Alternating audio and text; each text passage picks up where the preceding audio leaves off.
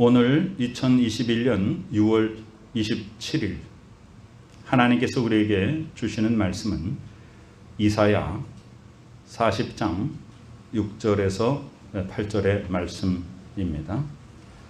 우리 모두 일어나시어 말씀을 받들어 읽도록 하겠습니다.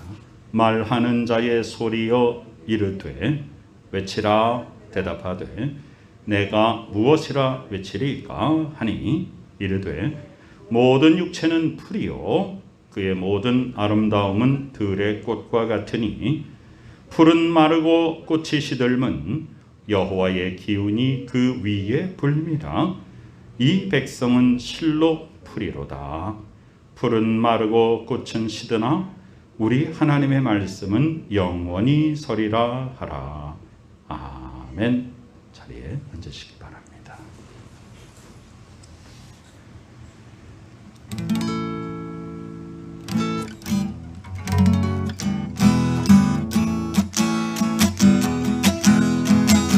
풀은 마르고 꽃은 시드나 주의 말씀은 영원해.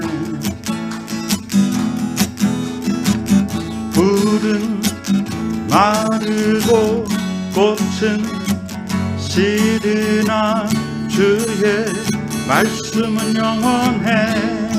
풀은 마르고 꽃은 시드나 풀은 마르고 꽃은 시드나 주의 말씀은 영원해.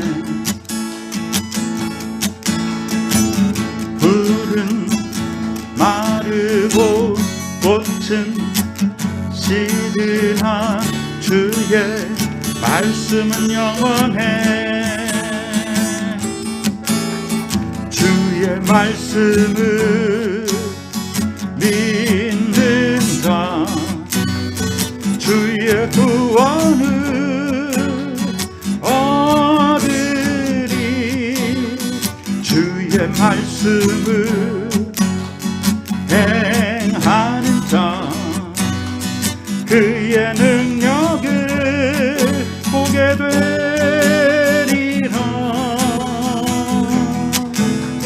주의 말씀은 영원해. 주의 말씀은 영원해. 주의 말씀은 영원해. 영원해. 영원해.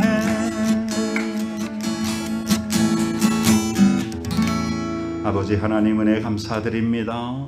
세상의 풀이 무성하다고 그것 따라가지 않게 하여 주옵소서. 세상의 꽃이 아름답다고 거기에 현혹되지 않게 하여 주옵소서. 말라버리고 시들어버리는 세상 것에 우리가 힘을 쏟지 않고 그것을 추구하지 아니하고 영원히 변함없는 하나님의 말씀 가운데 든든히 바로 서서 승리하는 삶을 살 수 있도록 축복하여 주옵소서. 하나님의 은혜를 사모합니다. 하나님 아버지 구원의 능력을 우리에게 베풀어 주셔서 우리를 천국 시민 되게 하여 주시고 하나님의 자녀 되게 하여 주신 아버지여, 주의 능력을 우리에게 보여주시고 하나님 아버지의 능력 가운데 우리가 행하여서 이 땅 가운데서 하나님의 자녀의 권세를 가지고 승리하는 삶, 하나님의 나라를 확장시켜 나가는 삶, 세상을 변화시키는 그리스도의 능력을 행하는 귀한 삶의 열매 맺게 하여 주시옵소서. 우리 구주 예수 그리스도의 귀하신 이름으로 간절히 기도드리옵나이다. 아멘. 오늘은 2021년의 전반기 마지막 주일입니다. 우리가 1년을 이제 넷으로 나눌 때는 분기, 1분기, 2분기, 3분기, 4분기 이렇게 하고요. 반으로 나누면 전반기, 후반기 그렇게 하죠. 그래서 어느새 이제 6개월이 이제 다 지나가고 있습니다. 1년은 52주죠.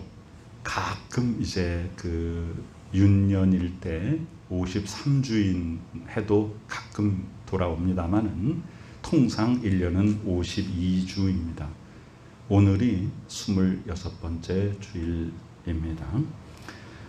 그리고 이번 주간 목요일에 우리는 이제 7월 1일을 맞게 되고 그날은 올해 후반기를 시작하는 날이 됩니다. 그래서 우리는 시간이 이렇게 흘러갈 때 어떤 의미를 부여하는 것이 굉장히 중요해요.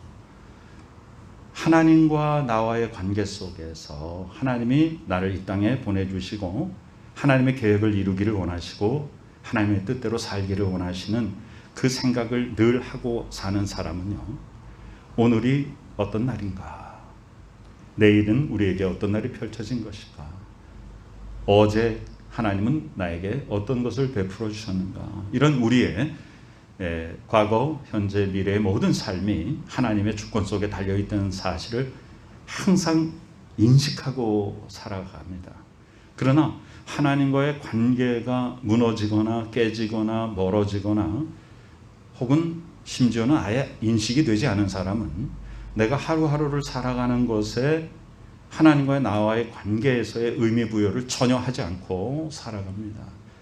세상에 빠져서 세상적인 것을 추구하느라고 살아갑니다. 무의미하게 나에게 주어진 삶을 그냥 쳇바퀴 돌듯 살아갑니다. 굉장히 의미 없는 삶이죠. 오늘 성경은 우리에게 어떤 비유를 하고 있는데요. 그 세상의 풀도 세상의 꽃이다. 풀은 마르고 꽃은 시든다. 풀이라고 하는 것은 무성한 것입니다. 이미 이제 우리는 여름을 이제 여름의 초입에 벌써 들어서거나 마찬가지죠. 날씨가 점점 많이 더워지고 있습니다. 이 세상에서 제일 신기한 것이 뭐냐면 생명이잖아요. 우리 아기가 태어나는 것 얼마나 신기합니까? 아기를 이렇게 보고 있으면 얼마 전까지만 해도 세상에 없던 존재인데 이렇게 태어나서 자라나고 있는 모습이 얼마나 신기합니까? 그것을 인간의 힘으로 할 수 있는 일이 아니에요. 새 봄이 오면요, 파란 연두색 새싹이 이렇게 돋습니다. 이 나무에 조그만 연두색 그 순이 돋아나면요, 가까이 가서 봐야 조금 보이는 그 순들이 다 덮고 있기 때문에 먼 데서 보면 이 나무가 살짝 연두 빛깔이 이렇게 나기 시작합니다. 너무 신기하잖아요. 여름에 들어서면 점점 초록빛이 짙어지게 되죠. 자, 세상의 풀, 나무, 이거 굉장히 무성하게 우거집니다. 겨울에 아무것도 없던 그런 황량한 그런 땅에서 이제 산에 가보시면은 막 굉장히 수풀이 우거집니다. 자, 오늘 이 풀에 대해서 비유를 합니다. 우거진 것, 풍성한 것, 세상의 것. 그런데 굉장히 풍성하고 우거진 것 같아도 가을이 되면 낙엽이 되어서 떨어지고 겨울이 되면 그냥 아무것도 앙상한 가지만 남고. 이것은 우리에게 무엇을 말하는 것인가 하면은 영원하지 않다. 세상 것은 영원하지 않다.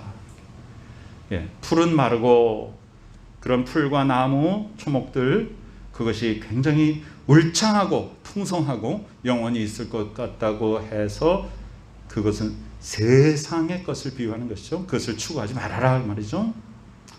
뭐 꽃이야 말할 것도 없이 최고의 아름다움이죠. 예수님께서도 솔로몬의 그 어떤 부귀영화도 이 꽃 하나만 못하였다.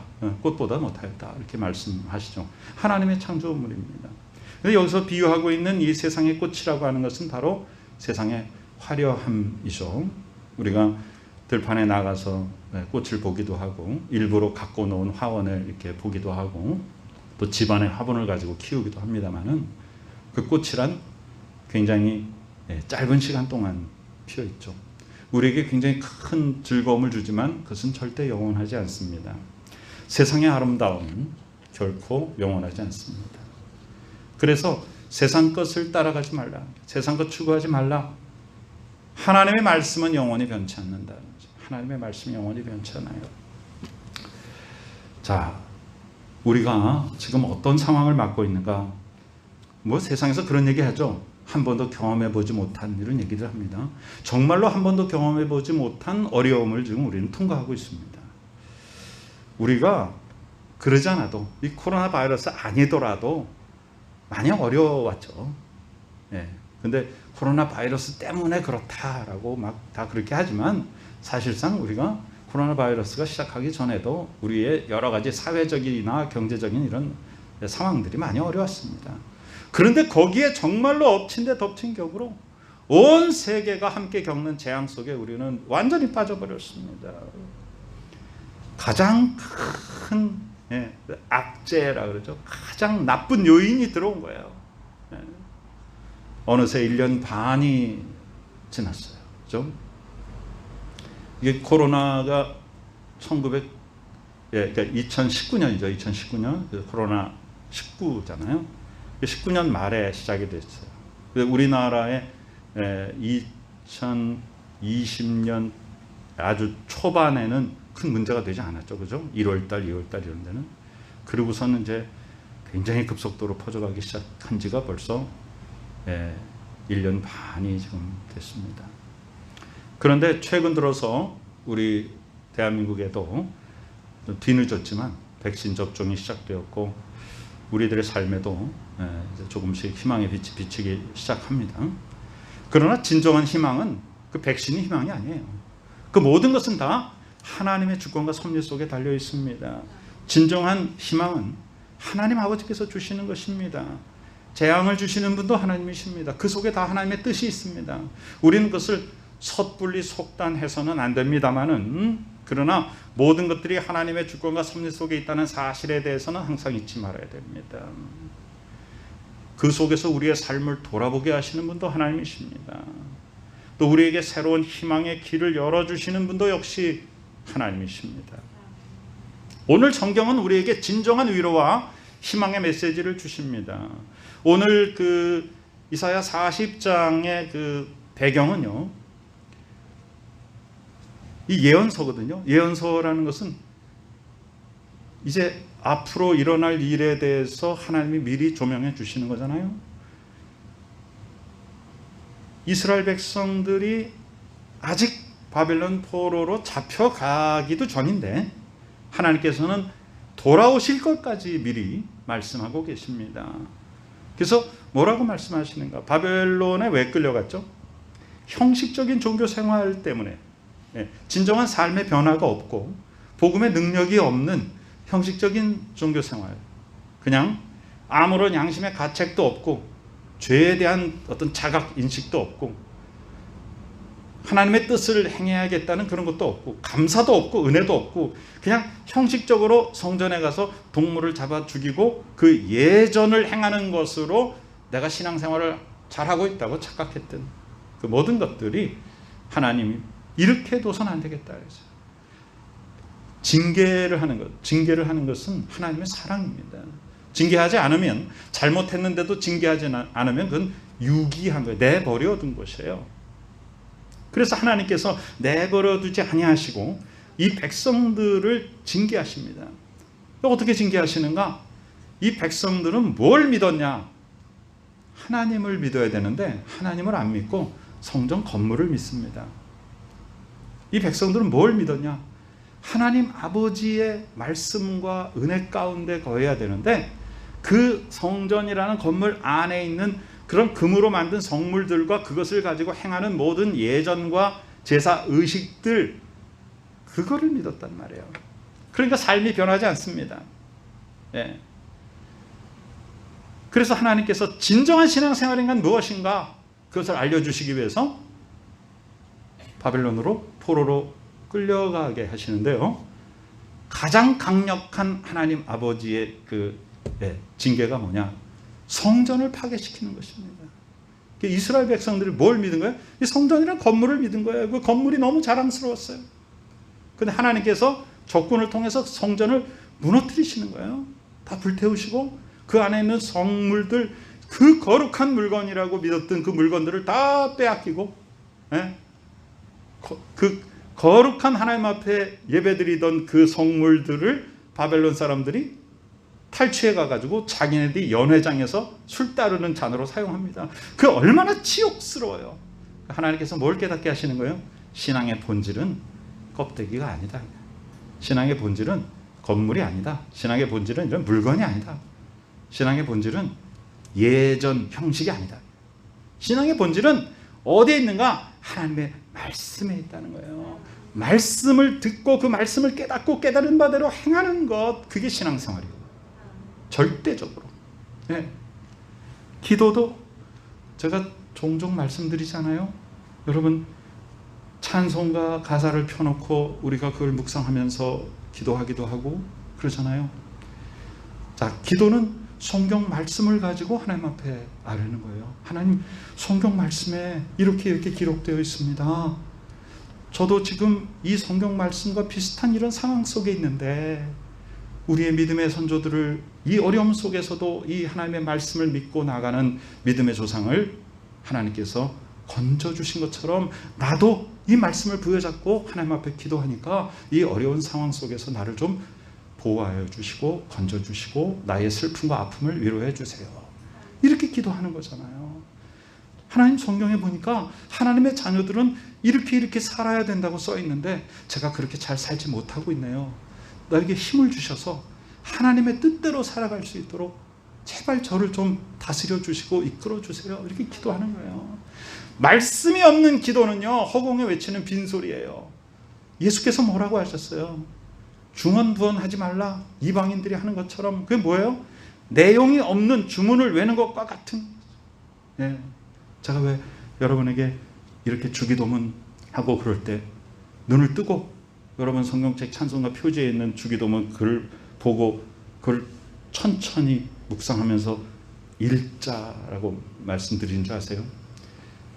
암송을 너무 잘하게 되면요, 그 뜻을 하나하나 깊이 묵상하지 않고요, 너무 암송을 잘하니까 그냥 후루룩 딴 생각하면서도 할 수 있어요.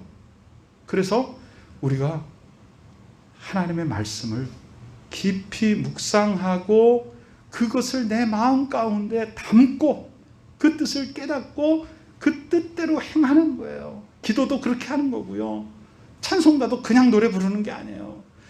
이 찬송가를 맨 처음에 이 작사 작곡한 이분이 어떤 상황 속에서 어떤 하나님의 말씀을 받고 이 찬송시를 지었을까, 그 생각을 하면서 그 속에서 정말로 내 마음이 거기에 함께 하는 거예요. 그래야지 진정한 신앙생활의 시작이 거기서 일어나는 거예요. 말씀을 묵상하는 데서 일어나는 거죠.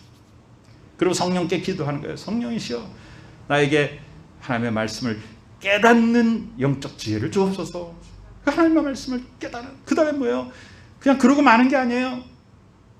내가 내 팔다리를 움직여서 내 삶 가운데서 진짜 깨달은 하나님의 말씀을 그대로 행할 수 있도록 인도해 주옵소서. 이 모든 것을 다 하나님 앞에 아뢰는 거예요. 그럼 하나님께서 우리의 심령에 하나님의 말씀을 묵상할 수 있는 소망을 주시고 그 묵상한 말씀을 깨달을 수 있는 지혜를 주시고 깨달은 말씀대로 행할 수 있는 의지와 힘과 능력을 주시는 거예요. 그렇게 살아가는 것이 진짜 하나님의 자녀의 삶이에요. 근데 이스라엘 백성들이 안 그러거든요. 그래서 하나님께서 이스라엘 백성들이 믿었던 모든 걸 다 파괴시키고 다 빼앗아 가시는 거예요. 성전 무너뜨리고 성물들 다 빼앗아 갑니다. 다 없어집니다. 심지어는 뭐까지 없어져요? 모세가 하나님으로부터 받은 십계명 돌판조차 그 이후에 사라져 버리잖아요. 없어졌어요. 만약에 그것이 지금까지 있었다면 어떡할 뻔했어요? 그 돌판 가지고 얼마나 그 돌판을 섬기고 그것을 하나님인 줄 알고 그렇게 했겠어요. 본질은 어디 있는 거예요? 그 돌판에 새겨진 글씨와 돌덩어리에 있는 것이 아니잖아요. 그 말씀 자체에 있는 것이에요. 그래서 이스라엘 백성들을 바벨론으로 포로로 끌어, 성전이 없어졌어요. 성전 제사를 지낼 수가 없어요. 그래서 그들은 모여서 회당을 세우고 거기서 비로소 말씀의 예배를 드리기 시작해요. 말씀. 그래서 서기관들이 그때부터 계속 하나님의 말씀을 필사하기 시작하죠. 그래서 회당마다 돌아가면서 계속 말씀을 읽는 거예요. 그러니까 동물을 잡아 죽이는 그런 제사를 드릴 수가 없잖아요. 그러니까 그동안 뭐만 하는 거예요? 계속 하나님의 말씀만 읽는 거예요. 모든 이스라엘 백성들이. 그런 훈련이 70년 동안 계속되는 거예요. 그것을 위해서 하나님께서 이스라엘 백성들을 나라를 빼앗기게 하시고 포로로 다른 나라에 잡혀가게 하시고. 그런데 오늘 이사야 40장은요, 소망이 시작되는 장입니다. 너희는 위로하라. 내 백성을 위로하라. 진정한 위로의 메시지가 나와요. 예. 오늘 성경은 우리에게 진정한 위로와 희망의 메시지를 주세요.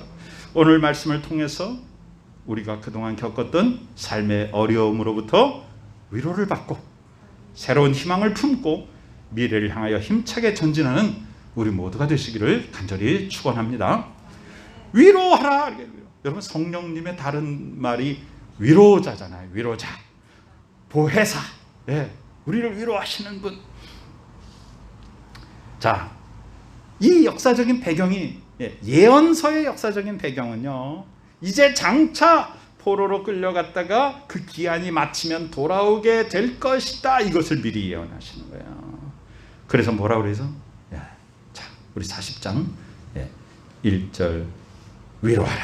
2절 이제 그 노역의 때가 끝났고 그 죄악이 사함을 받았다. 그의 모든 죄로 말미암아 여호와의 손에서 벌을 대나 받았다. 그러니까 그동안 형식적인 그런 종교의 틀에 매여서 건물과 물건을 숭배하고 했던 그 모든 것들의 죄가 이제 사해졌다. 돌아올 때가 됐다. 그래서 외치는 자의 소리여 가서 외쳐라.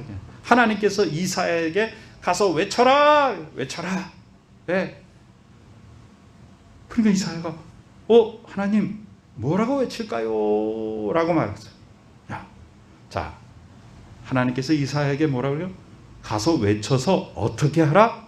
하나님 아버지의 대로를, 하나님께 이르는 대로를 평탄케 하라.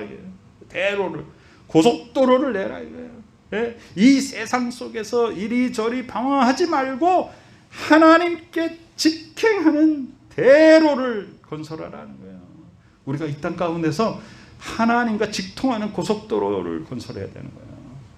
그냥 이 세상 것에 이리저리 그냥 거미줄처럼 얽힌 이 세상 것에 매여 살지 말고 하나님과 직통하는 삶. 그게 뭐예요? 하나님의 말씀이에요.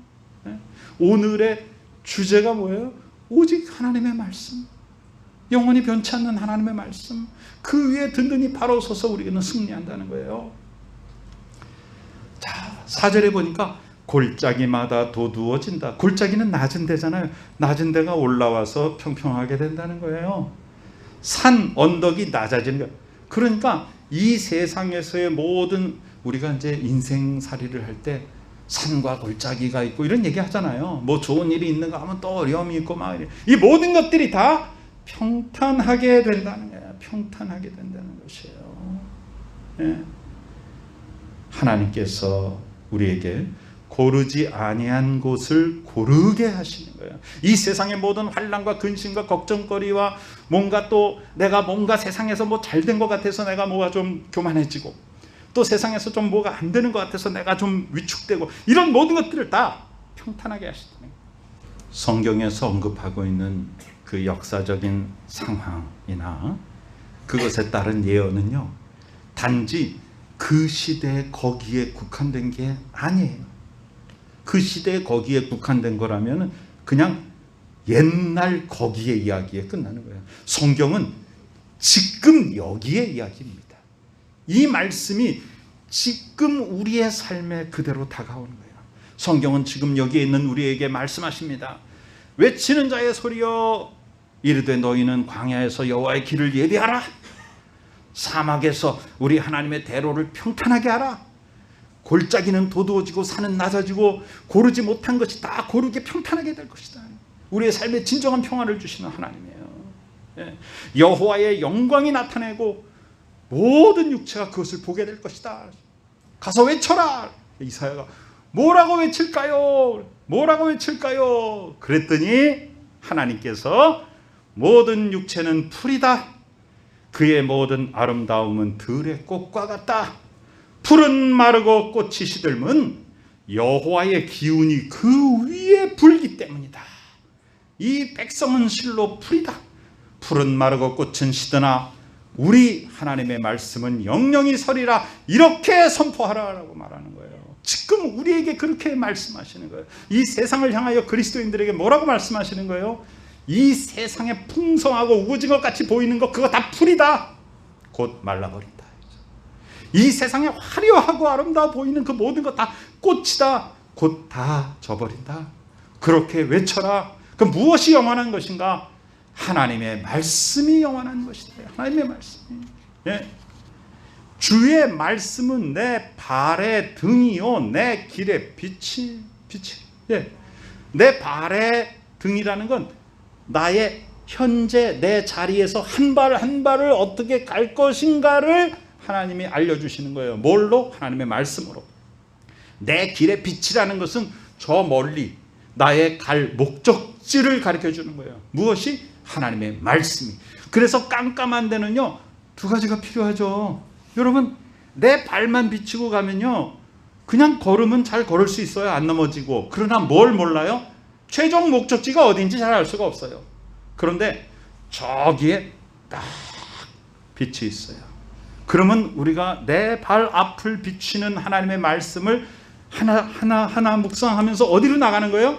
저기서 비춰주시는 하나님의 말씀의 큰 빛을 바라보고 그 길로 가는 거예요. 진리의 길로. 그것이 하나님의 말씀이 우리에게 날마다 순간순간 주시는 거예요. 지금 우리는 2021년이 시작되고 하나님께서 우리의 발에 비춰주시는 그 등불을 바라보고 우리는 세상에 넘어지지 아니하고 6개월 동안 걸어왔습니다. 어디로 걸어왔어요? 저기 큰 빛을 비춰주시는 그 목적지를 향하여서 걸어왔어요. 이제 앞으로도 우리는 2021년의 나머지 6개월을 그렇게 걸어갈 거예요. 어떻게 알아요? 우리가 지금까지 그렇게 걸어왔기 때문에 앞으로 그렇게 갈 수 있다는 걸 아는 거예요. 현재는 과거에 우리가 살아온 삶에 대한 결과잖아요. 지금 삶이. 미래는 어떻게 알아요? 우리가 지금까지 어떻게 살아왔다면 미래도 그렇게 열릴 것을 우리는 소망하고 기대하고 믿고 나아가는 것이에요.